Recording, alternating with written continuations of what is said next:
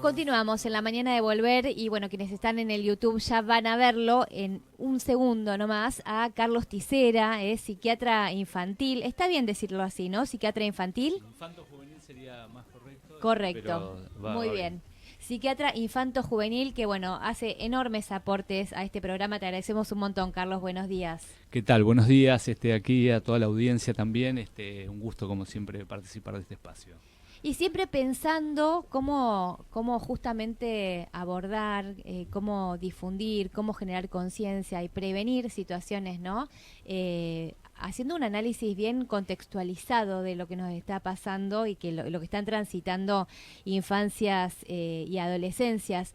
¿Qué nos traes para hoy, Carlos? Bueno, para hoy, por un lado, la columna pasada estuvimos trabajando un poco de la escena, justo veníamos en los días en los que se habían dado las denuncias, en donde se habían registrado más diversidad de propuestas violentas, no solamente una escritura en un aula, sino es que había otro tipo de manifestaciones y faltaba pensar también cuáles podían ser las respuestas institucionales o las respuestas de gestión frente a esas iniciativas. Entonces, yo pude traer a la columna un poco el estado de situación, una lectura más general, pero nos faltaba contar, y me parece que vale la pena y que tiene lógica, que contemos un poco cuál fue la propuesta provincial respecto de cómo atender a estas escenas que a todos les queda grande, ¿no es cierto? Digo, a la escuela le queda grande, a la familia le queda grande, a salud le queda grande, y a la sociedad no diría que le queda grande, sino es que lo pretende delegarlo o privatizarlo en una escena de aquel que hizo el lío de poner el cartel para cobrarle a ese los gastos que generó en el contexto de educativo, digamos. Entonces, tal vez todo eso, así desgranado, no permite comprender un poco los atravesamientos que hoy tiene la salud mental de nuestro pueblo. Entonces, desde ahí me parecía necesario retomar y contarles un poco que tuve la posibilidad de participar de una mesa de gestión de este conflicto, que desde provincia, en el municipio donde estoy trabajando, en el Partido de la Costa, se gestó en un espacio multicultural muy amplio, donde estaban los inspectores regionales, los inspectores de cada área, los inspectores por nivel, estaban los directivos de las escuelas,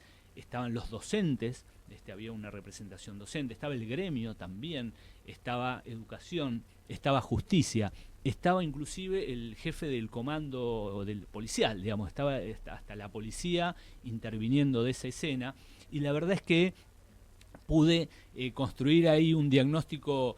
Uno desde el sesgo médico siempre intenta armar una elaboración diagnóstica, una elaboración situacional de cuál es el atravesamiento, y la verdad es que me sorprendí, por un lado gratamente, de la iniciativa y la convocatoria, porque Excelente. estuvieron allí, fue una reunión que duró como 4 horas y no se terminaba más, con muchas tensiones, porque lo que uno podía respirar en ese contexto es el miedo primero que generan estas manifestaciones. Por un lado, porque hasta aquí pasábamos de subestimarla como que son cosas de niños a de repente a que los niños pueden volverse peligrosos, ¿no? Esto para aquellos más grandes seguramente habrán o recordarán Ciudad de Dios, una película que cambió la visión de muchos respecto de la marginalidad, de la pobreza, pero también de las infancias. Y algo de lo que ellos dicen es, bueno, cuidado con los niños, porque también te pueden matar, ¿no es cierto? Es como que ellos sitúan no solamente el cuidado hacia los niños, sino que tengamos en cuenta cómo los registramos y qué lugar le damos, porque además pueden volverse peligrosos, ¿no es cierto? Y en ese punto, lo que sí pude recabar en ese encuentro es que había mucho miedo, que el miedo está siendo un factor central en toda esta dinámica, y que más allá de las voluntades individuales de aquellos que desplegaron esas amenazas o esas pintadas o esas manifestaciones, puso sobre la mesa que muchos de los trabajadores que le tienen que poner el cuerpo todos los días, de repente no pueden ver allí un niño, un joven, y de repente ven un peligro. Y de repente eso que ven como un peligro, uno cometería un error si cree que al niño lo ayuda esa situación. Quiero decir que a un niño o a un joven que se lo ve como un peligro, luego parte de eso lo encarna, parte de eso lo utiliza como una herramienta. Y algo que sucedió en esa reunión, bueno, esto que decíamos, ¿no? Los directivos planteando el temor, las esferas más de gestión a nivel de inspectores y demás, con una posición realmente de mucha escucha, de mucha contención, en un contexto en donde faltan muchas cosas, desde lo material hasta en los equipos, pero lo que sí quedaba claro que la visión que todos aportaban, aportaba a una preocupación local, como si la tragedia que nos atravesara fuera solo un problema local de mi escuela y de mi municipio. Como yo no vivo allí y tengo inserción en otros municipios o en otras escenas, me costaba ver esa problemática solo como un problema local, pero lo sitúo como parte del diagnóstico que les decía construí, que tiene que ver con que están todos tan preocupados y tan angustiados por lo que les toca en lo cotidiano, que cuesta mucho situar en esto qué rol tiene la provincia, qué rol tiene la nación en la escena trágica que hoy nos atraviesa. Entonces, hablaba una docente o una directora de una escuela industrial, iba a decir, una escuela técnica, y de repente parecía que las únicas dificultades eran las que tienen que ver con la seguridad. Y en ese contexto, y me atreví ahí a hacer una intervención que la cuento porque me vi empujado a hacerla. Yo no tenía pensado tomar la palabra, pero me vi empujado porque parte de lo que empezaba a aparecer era la idea de empezar a hacer simulacros respecto de qué hacer frente a estas situaciones. Y la verdad es que estamos recibiendo una cantidad de escenas de angustia y de ansiedad que al día anterior uno de los niños que participa de uno de los grupos que venimos transitando me decía, a mí me da miedo, ¿no? Y algo de lo que decía es que me da miedo porque a nosotros nos dijeron que nos tiremos en el piso si pasa eso, o sea que alguien ya había hablado con él, probablemente su mamá o en la tele o en un TikTok, qué hacer frente a esas situaciones. Y él decía, a mí me da miedo porque el chico que mataron estaba en el piso. Quiero decir que lo que se suponía que hasta un protocolo podía recomendar, en el acto, en el hecho trágico que comentábamos, tuvo su peor momento allí en el piso, situación que a él le daba miedo y angustia y ansiedad ir a la escuela. Y él va a primaria, ni siquiera estaba atravesado por eso, pero evidentemente tanto los empujes de las escenas violentas como las potenciales resoluciones muchas veces generan una mayor incertidumbre, generan un mayor miedo, y en un contexto en donde la angustia y la ansiedad es tan grande, a muchos los deja por fuera. A muchos los deja por fuera y les decía, digo, bueno, algunos frente a la angustia y el miedo no pueden salir de la casa, otros salen amenazantes, otros llevan un arma para poder defenderse, ¿no? Y esto, cuando dije esto, despertó risas en algunos de los que participaban. Entonces digo, bueno, pero ¿qué es no lo gracioso en términos de... Sí. Digo, ¿qué es lo que incomoda? ¿No? Dice, bueno, ¿cómo alguien va a llevar un arma por miedo? Y ahí había alguien que pudo decir, bueno, algunos llevan un cuchillo tramontina para poder caminar las cuadras que le toca por el barrio, que hay muchos jóvenes que frente a las molestias, a los temores, necesitan tener algún elemento para defenderse frente a una escena de mucho miedo. Quiero decir que las soluciones que se están planteando en muchos casos vulneran más los derechos, generan más angustias y ansiedad, y que eso se lo empuja la sociedad como si lo pudiera resolver solo la escuela. Y entonces le pedían a la escuela que garantice, ¿no? Los padres, dicen, bueno, mi hijo no va a ir hasta que no se garantice la seguridad. Y me dice, ¿cómo se construye tal cosa? Claro, y vos recogiste en esa reunión, no sé si lo pudiste observar o si se está pensando en cuáles serían las intervenciones, porque a mí me da la impresión, bueno, yo soy docente, trabajo en escuelas secundarias, y me da la impresión de que, como suele ocurrir, queda a la libertad de cada docente si toma el tema o no toma el tema, cómo lo aborda, ¿no? A mí, por ejemplo, mi reacción frente a lo que pasó es, a veces los docentes nos encontramos en esa dificultad de entre tenés un diseño que es muy exigente, tenés la realidad de los tiempos institucionales que son bastante caóticos y tenés, lo otro que tiene que ver con la cuestión más social de vínculo, que es lo fundamental para todo lo otro, para todo lo demás, ¿no? Y a veces esa cuestión social y de vínculo requiere de tiempos que no van por la cuestión disciplinar, van por otro lado. Y en esa tensión entre lo disciplinar y lo social es que ahí nos encontramos los docentes. Y a veces uno, depende de las situaciones, le da más bola a una cosa o a la otra. Yo me encontré hoy dándole total atención a lo social, a lo vincular, al diálogo, pero no del hecho, de todo. O sea, de poder decir, bueno, 15 minutos antes de una clase, todas las clases me dedico a hablar de cuestiones que no tienen nada que ver con la materia, cosa que a mí siempre me costó bastante hacer, digo, ¿no?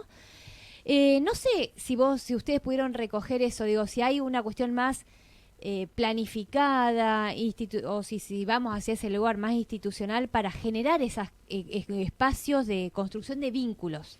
Mira, dos cosas aparecieron en la línea de lo que vos planteás, que es, por un lado, que no podemos pensar en que nosotros tenemos que hablarles sin escucharlos. Uh-huh. ¿Sí? Quiero decir, primera, y esto lo planteé un poco como inquietud cuando llegué a la mesa, que es decir, che, todo bien que estamos todos, porque parecía, digo, no faltaba nadie, y de repente alguien dice, sí, pero no están los estudiantes. Claro, no estaban. ¿Sí?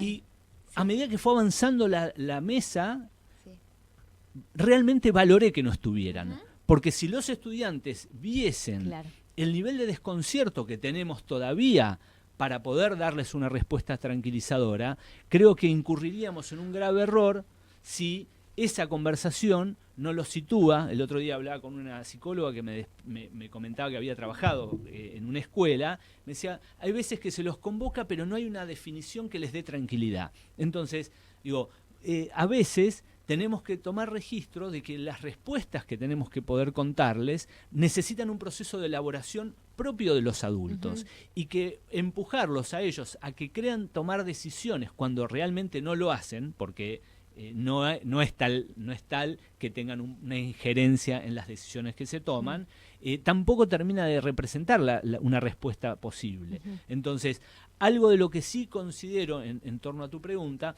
es que, y esto sí se pudo plantear a nivel de salud en términos provinciales, y esto lo conversábamos con el ministro, digo, que planteaba la necesidad de situar frente a estas tensiones o estas crisis en el contexto educativo un parate en donde convoquemos a discutir a docentes, a directivos, a inspectores y a familiares para luego incluir a los jóvenes en esa discusión. Porque tal vez algo de esa discusión que vos pretendés dar en ese tiempo, a ellos en la casa les llegue de una manera totalmente opuesta. Claro. Y si no hay un mínimo consenso, nunca construiremos un consenso total sobre este tema, pero si no hay un trabajo con estos adultos previo, parte de lo que contamos es de lo que se defienden. Parte de lo que les proponemos es de lo que no consideran. Entonces, y acá siempre voy a intentar traer algo de lo que nos propusimos en el comienzo, de qué lugar para algunos padres, y digo padres padres varones, que frente a estas escenas, en la gran mayoría la respuesta es devolvela. En la mayoría de las respuestas es tenés que poder pegar, te tenés que defender, quiero decir que mientras desde la escuela le estamos diciendo, che, mirá, pedime ayuda, contá con nosotros, tienen la casa, no dicen, no, ¿qué pedir ayuda si al final no hacen nada? Entonces vos agarrá un palo y se lo das por la cabeza. Y vos decís, no, ¿cómo? Y esa contradicción no la salvamos primero los adultos para luego ver cómo la trabajamos con los pibes. Entonces, sí tal vez queda claro que esta situación, así como es una tragedia en un montón de aspectos, es también una oportunidad de convocar a la comunidad que tuvo miedo de verdad a que se involucre en las situaciones que sus propios hijos generan, ¿no? Y surgía una situación tensa que es decir, bueno, ¿hay que revisar las mochilas o no? Y uno dice, está bien que se revisen las mochilas. Ahora, eso lo tiene que hacer cada familia. Cada familia tiene que ver si su hijo está tan asustado que está llevando un arma o no. Que si hay un problema que abre la mochila y no tiene nada. o abre la mochila y se encuentra con qué allí. Entonces, que eso no podíamos delegarlo en la escuela, que debía ser una tarea que las familias tomen, pero quiero decir que queda claro que los adultos no estamos pudiendo construir consensos de cuidados más claros para luego incluirlos a ellos en ver qué tensión genera eso. Entonces, lo que de esa mesa se podía empezar a diagramar, porque incluso había escuelas que todavía no habían retomado la presencialidad producto de las tensiones que se habían generado con esas amenazas, gravísimas, y quedaba claro de que era necesario trabajarlo eso dentro de la escuela, pero que había que darse al tiempo que no lo da la currícula. Es un tiempo que tenemos que inventar por fuera como una excepción, pero que nos permita construir algunas ideas que les sirva a los adultos dentro de una escuela para saberse nuevamente garantes de una seguridad y que se vean los pibes la posibilidad de sumarlos a ese cuidado